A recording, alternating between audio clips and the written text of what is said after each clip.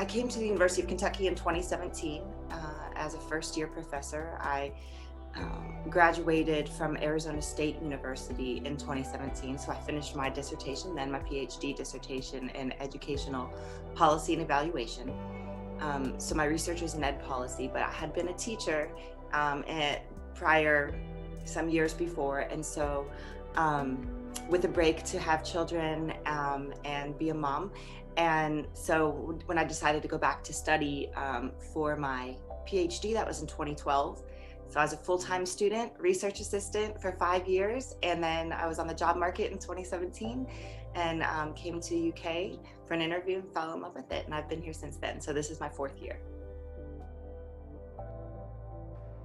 To be able to to be finished now with my research studies and be working with teachers and educational leaders again. So I spent a lot of time really learning a lot about research and research design and methodology because I had been a practitioner and had practitioner master's degrees. And so when I came back to do my doctoral studies, I learned a lot about that. And I was because I'd had teaching experience, I wasn't teaching as much during my grad studies. I wasn't teaching at all. I was doing all research. And so to be able to come back now and be teaching classes, not only just teaching classes, but working with mostly, working professional educators in different fields as they're navigating their doctoral journeys and professional and personal lives has been really great.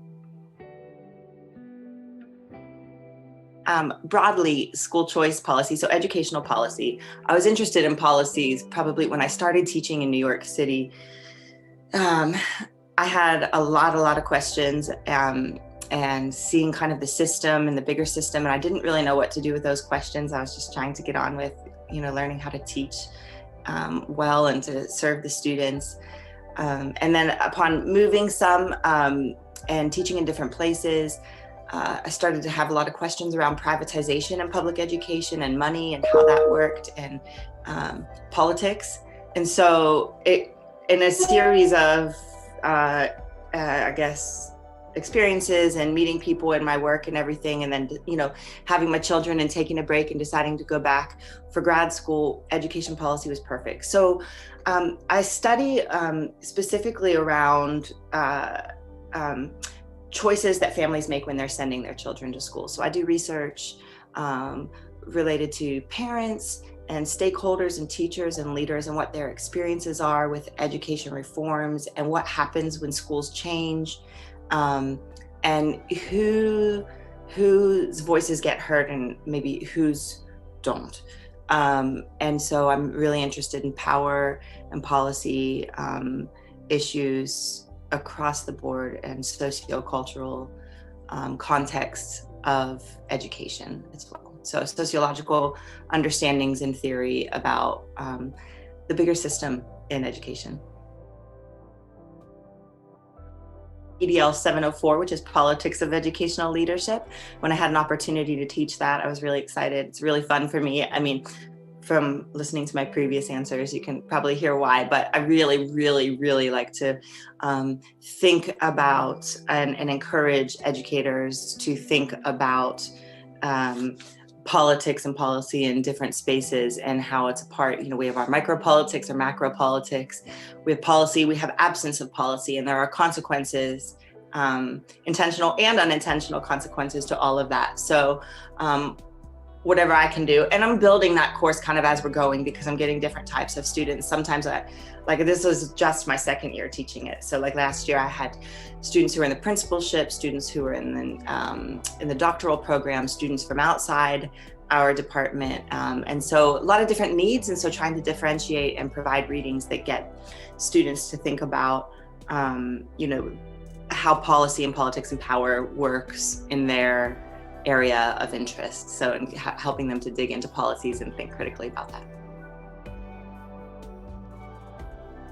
Family, friends, and home. In England from 2005 until 2012, I'd started teaching, and then I met who would become my husband, and he's British. So we moved to England. He was living there. started teaching in England in 2005, and we got married, and I taught there, and I started working as an ed leader there, and our two children were both born in England. So that was in 2010 and 12, and then we moved back to start my grad studies in 2012 with a 2-year-old and a baby. And so that's I guess maybe not surprising, but something interesting, and is an important part of what I do, I think, as a researcher too, is really supporting and understanding and honoring women, like mothers, women, scholars, parents in general, through the journey. I did it. I had great support. I was fortunate to have really good support as a full-time student and a full-time mom with a husband who was a teacher in high school, and like kind of, working through that as an adult and mother, but really honoring that space where, if we're at a university and we're not supporting adults parenting and doing the graduate studies, then I don't think we're doing our best job. So I love being able to support parents in that. Lots. I mean, I'm easy. I enjoy being with my family and friends and being outside, just hanging out, and I like running. So having time to go on a nice long run is really refreshing. I love music and listening to music. So anytime we can do that, that's great. I mean, in these days it's strange, but we don't with the pandemic, but in other lives. Couple places. I've got kind of like, I know I've got like a longer term and a shorter term. So shorter term, I'd like to get out west and go skiing with the kids. In my head, I imagined I had lived out west for a while when I was younger, and I imagined that our kids would already be like skiing, when they were 2, or snowboarding, the little ones going down the mountain. But we live in Kentucky, so I can't wait to really get them on, in the Rocky Mountains or the Wasatch Range in Utah. So to go skiing, snowboarding, but I really want to go to Poland. So one day. I like to run, I like to read, I like to ski. Life experiences, I moved around a lot when I was in after I finished my bachelor's degree, I kind of put off doing my master's degree. I worked in a wilderness therapy program in my early 20s. And so I was out west, and so I skied and snowboarded a lot. Snowboarded at the time, but now I prefer skiing. So just kind of being out west, gives you great experiences to be outside, and always fun ways to play outside. Running, I probably started doing that in my adult life, really. And it's a great space to be in. Running, I just love it. And then reading, I've always loved to read. So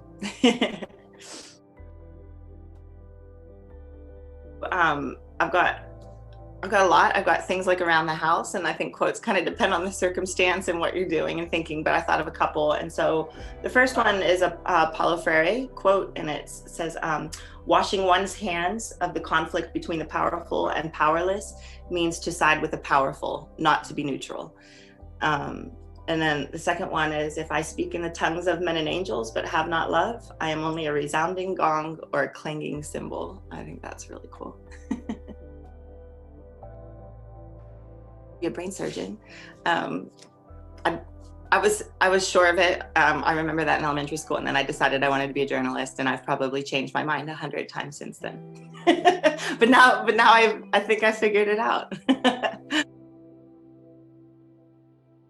My advisor and mentor in my doctoral program, Dr. Jeannie Powers, she is, when I started my program in 2012, when I was interviewing to go out to ASU, when I was questioning whether I could do it, I was pregnant while I was interviewing, and she said, if you believe you can do it, we believe you can do it. And they really walked their talk there, and she was a fabulous mentor, pushed me, gave me the hardest grades,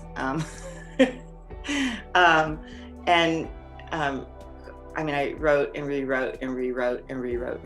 She was tough, but really got me to think hard and always for the better in time. So she really kind of mentored me into who I think I've learned a lot about being a professor and a mentor from her.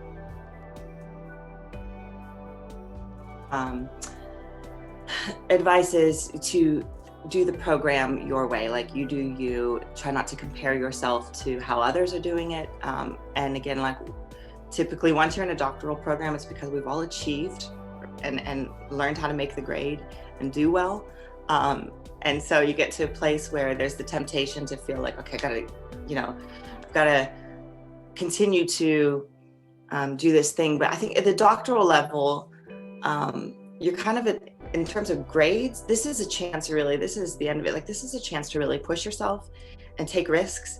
And I mean, I really think I always tell students it's better to take a risk and fail in whether you're trying out a theory or you're trying out and applying, a method, or it's better to, to do that than to say, okay, I know how to tick the box and get an A in class, because, sure, you'll probably get through and do that, but this is a really your personal journey in doctoral studies to learn something new that you'll eventually teach to the rest of us.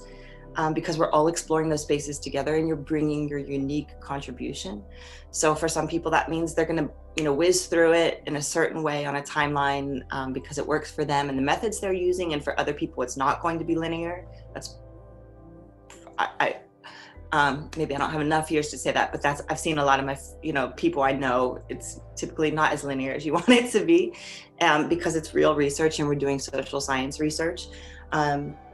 But to go with it and to be you and be encouraged in that and to trust yourself and to really be willing to do something hard when the reading gets hard or the theories get hard or you read an article and you don't get it. It happens to me a lot, and then I go back and I read it again and I say, like, I still have a professor, Gustavo Fishman, who still tells me I don't get something and still say, you still don't understand, Amanda, and he's right. Like, I'm still trying to figure it out. And that's what this is about. So not feeling you have to put on any show for anybody, like we're all just trying to figure it out. And that's fun. This is the space to have those conversations when we're here because we want to explore them because we don't know the answers yet. So.